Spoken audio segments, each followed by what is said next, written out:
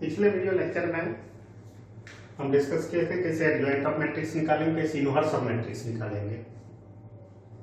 आज डिस्कस कर रहे हैं और एग्जांपल भी डिस्कस किए थे। अभी कुछ उससे रिलेटेड यूजफुल डिजिटल्स जो प्रॉपर्टी भी कहलाती है इन्वर्टिबल मैट्रिक्स की, और डिस्कस किए थे कि मैट्रिक्स कब इन्वर्टिबल होगा, जब वो नॉन सिमिलर होगा, उसका डिटर्मिनेंट क्या होगा, नॉन जीरो होगा। तो अभी हम लोग देख रहे हैं कि अगर मैट्रिक्स इन्वर्टिबल है तो क्या क्या लॉज होंगे। जैसे ABC be a square matrix of same order n if A is a non similar matrix, और नॉन सिमिलर इसलिए लिखा गया क्योंकि एबीसी क्या हो, इन्वर्टिबल। अब यहाँ पे कैंसिलेशन लॉ की बात की गई है कि ए बी इक्वल्स टू ए सी, तो लेफ्ट ए कटेगा यहाँ पे जब इन्वर्टिबल है तो, और सेम ऑर्डर के, यहाँ ध्यान रखना है सेम ऑर्डर के हैं तो उसको लेफ्ट कैंसिलेशन कहेंगे। और यहाँ पे ए राइट साइड से है तो ये राइट कैंसिलेशन होगा, राइट में कटेगा। लेकिन ऐसा नहीं होगा कि एक लेफ्ट में रहेगा एक राइट में रहेगा तो काट दें, और उसमें भी हमेशा नहीं होगा जब ये सेम ऑर्डर के होंगे और इन्वर्टिबल होंगे, उस पर लागू हो रहा है। तो इस बात का ध्यान रखना है कहाँ लागू हो, क्योंकि A B not equals to B A होता है, कम्यूटेटिव लॉ फॉलो नहीं होता है, तो इसलिए कैंसिलेशन अलाउ हमेशा नहीं होता है। लेकिन यहाँ पे अगर इस कंडीशन को सेटिस्फाई करता है, इन्वर्टिबल है और सेम ऑर्डर के हैं तो कैंसिलेशन होगा, लेकिन लेफ्ट लेफ्ट कैंसिलेशन होगा और राइट राइट होगा, ऐसा नहीं कि लेफ्ट राइट होगा। फिर रिवर्सल लॉ की बात की जाती है। दोनों का प्रोडक्ट, अगर दो मैट्रिक्स है ए बी और दोनों इन्वर्टिबल हैं, यहाँ पे तभी इन्वर्स निकलेगा, इन्वर्टिबल हैं और सेम ऑर्डर के हैं, तो ए बी का प्रोडक्ट करके इन्वर्स निकालें, वो किसके इक्वल होगा, तो अलग अलग इन्वर्स अगर निकालें तो बी को पहले रखना होगा, ए को बाद में। ए बी का इन्वर्स जो होगा वो बी इन्वर्स ए इन्वर्स होगा। सिमिलरली किसी भी मैट्रिक्स का, अब ट्रांसपोज की बात है, ट्रांसपोज का इन्वर्स निकालें या इन्वर्स का ट्रांसपोज निकालें, वो सेम होगा।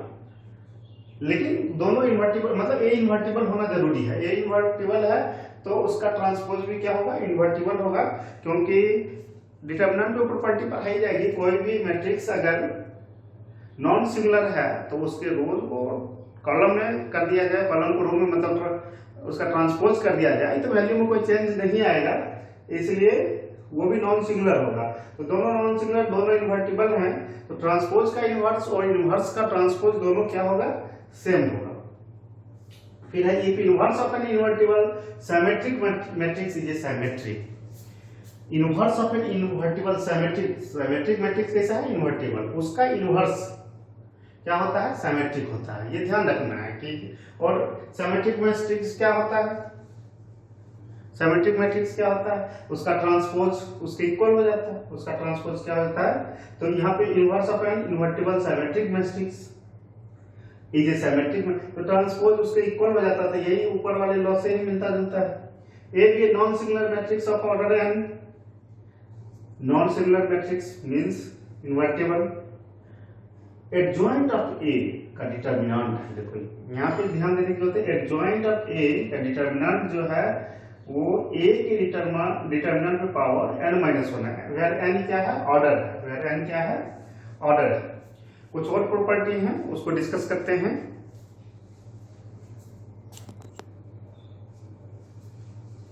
नेक्स्ट 6 प्रॉपर्टी है, if A and B are non-similar matrices, means A and B are invertible of the order, same order, then adjoint of AB is adjoint of B into adjoint of A। इसको याद रखना है और आगे use होगा problem में। if A is invertible square matrix, तो किसी मैट्रिक्स का ट्रांसपोज का अगर एडजॉइंट निकालें या एडजॉइंट निकाल के ट्रांसपोज करें, दोनों सेम होता है। Adjoint of a symmetric matrix is also a symmetric matrix and A is a non similar matrix, then adjoint of A of adjoint means adjoint of A is a to the power n-1, n order है, और ए क्या है, ये determinant of A है, determinant of A to the power n-1 into A, and A is a non-similar matrix, then prove that कहता है A inverse, तो सीधी सी बात इसको प्रूव कर लेते हैं। ए इनवर्स कितना होना चाहिए, आई, आइडेंटिटी मैट्रिक्स आएगा, दोनों को मल्टीप्लाई करेंगे, बहुत सारे डिटर्मिनेंट ले लें, तो ए इनवर्स इसका डिटर्मिनेंट तो आइडेंटिटी मैट्रिक्स का 1 होगा, और यहां से डिटर्मिनेंट ऑफ ए और determinant of A inverse 1, determinant of A is 1 by determinant of A inverse, और determinant of A inverse is 1 by determinant of A. तो ये प्रॉपर्टी है। इस प्रॉपर्टी को हम कुछ प्रॉब्लम्स देखते हैं कि कैसे इस प्रॉपर्टी का यूज करेंगे।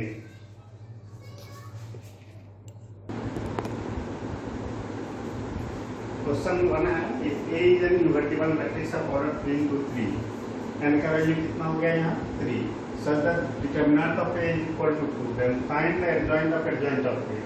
तो अभी प्रॉपर्टी आपने देखा adjoint of a is determinant of a to the power n minus 2 into a, और determinant of a का वैल्यू गिवन है 2, तो 2 to the power n कितना है 3 minus 2a तो 2a। तो फर्स्ट क्वेश्चन का सॉल्यूशन क्या हो जाएगा 2a। क्वेश्चन 2 में है कि a is a square matrix of order 3 such that determinant of a equal to then write the value of, अब यहाँ पे डिटरमिनेंट है इसका एडजॉइंट ऑफ a, तो जब डिटरमिनेंट लेंगे तो इधर डिटरमिनेंट होगा, तो इधर डिटरमिनेंट होगा, तो उस केस में इस दोनों पूरे ओवरऑल का डिटरमिनेंट, तो ये हो जाता है n into n minus 2 और इंटू ए, मीन्स ओवरऑल हो जाएगा ये n minus 1 का होल स्क्वायर, n minus 1 का होल स्क्वायर, और n का वैल्यू है 3 minus 1 कितना होगा 2 का स्क्वायर मीन्स 4, ये कितना हो जाएगा 16। तो याद रखना है adjoint of A is determinant of A to the power n minus 1 to the power 2, और इसके बेसिस पे क्वेश्चन 3 है कि ए गिवन है, ये क्वेश्चन 2 है, और फिर यही चीजें निकाला, मतलब इसका डिटरमिनेंट चाहिए, तो डिटरमिनेंट ऑफ ए निकालना होगा क्वेश्चन नंबर 3 में। तो 3 के अलावा एक्सपेंड करेंगे 3 0 4 1, और 0 के अलावा तो पूरा 0 हो जाएगा, करने की जरूरत नहीं है, -1 के अलावा तो 2 3 0 4, और ये 3 -1 8 -0 9 -8 ये 1 है। तो adjoint of A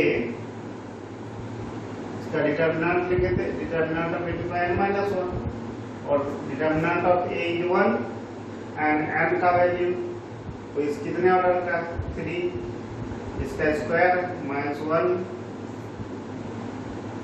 to the power 4 1, तो इसका वैल्यू 1 हो जाएगा।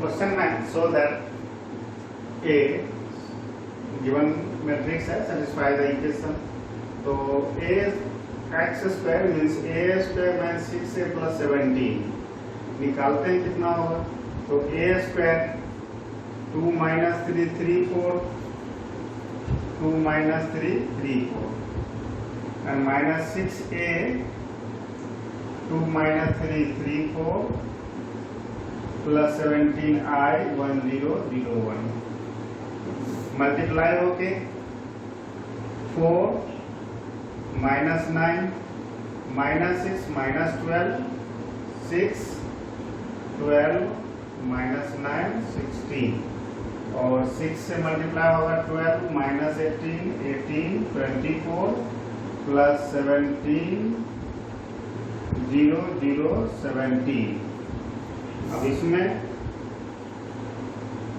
4 - 9 -5 -18 18 और 7 माइनस,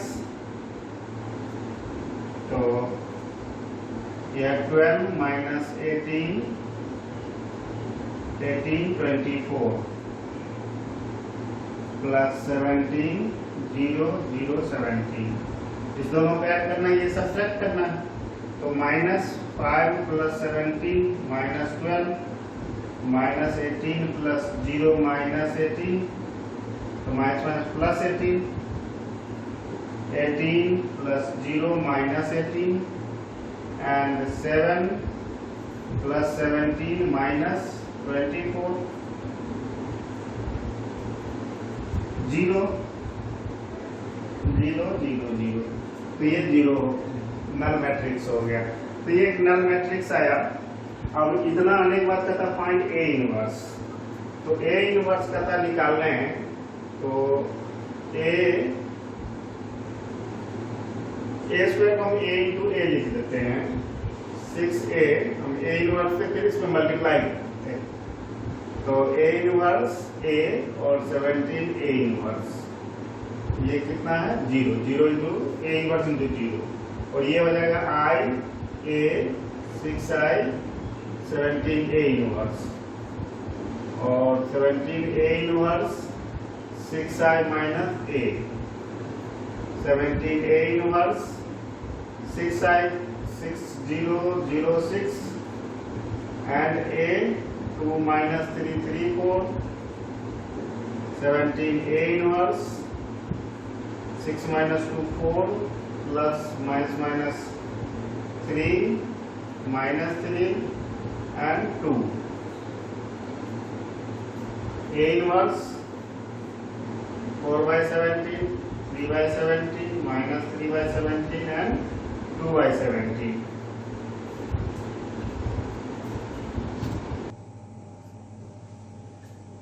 अब इसमें गिवन है A transpose is A inverse और फाइंड अल्फा करना है। तो अगर हम A से प्री मल्टीप्लाई करें तो A transpose equals to I। A inverse कितना होगा आइडेंटिटी मैट्रिक्स, और यहाँ पे 2 ऑर्डर के है तो 2 ऑर्डर्स का होगा आइडेंटिटी मैट्रिक्स। अब A ट्रांसपोज निकालना रहा, तो A means cos alpha sine alpha minus sine alpha cos alpha, और इसका ट्रांसपोज कर देंगे तो cos alpha sine alpha minus sine alpha cos alpha, और आइडेंटिटी मैट्रिक्स 2 ऑर्डर का लेंगे, मल्टीप्लाई करेंगे तो cos square alpha plus sine square alpha minus cos alpha sine alpha plus sine alpha cos alpha minus sine alpha cos alpha और cos alpha sine alpha minus cos minus plus sine square alpha and plus cos square alpha 1 0 0 1 कितना है 1 0 0 1, और ये भी कितना है 1 0 0। तो दोनों इक्वल है, इसका मतलब अल्फा से इंडिपेंडेंट है। It is independent from alpha means alpha का कोई वैल्यू में फर्क नहीं पड़ता है, तो it is true for all values of alpha, all values of alpha means alpha, और साइन और कॉस में एंगल कहाँ से कहाँ होता है माइनस इन्फिनिटी से इन्फिनिटी, सभी रियल नंबर, तो सीधा लिख सकते हैं हम अल्फा बिलोंग्स टू आर, सारे रियल नंबर्स होंगे इसकी सॉल्यूशन।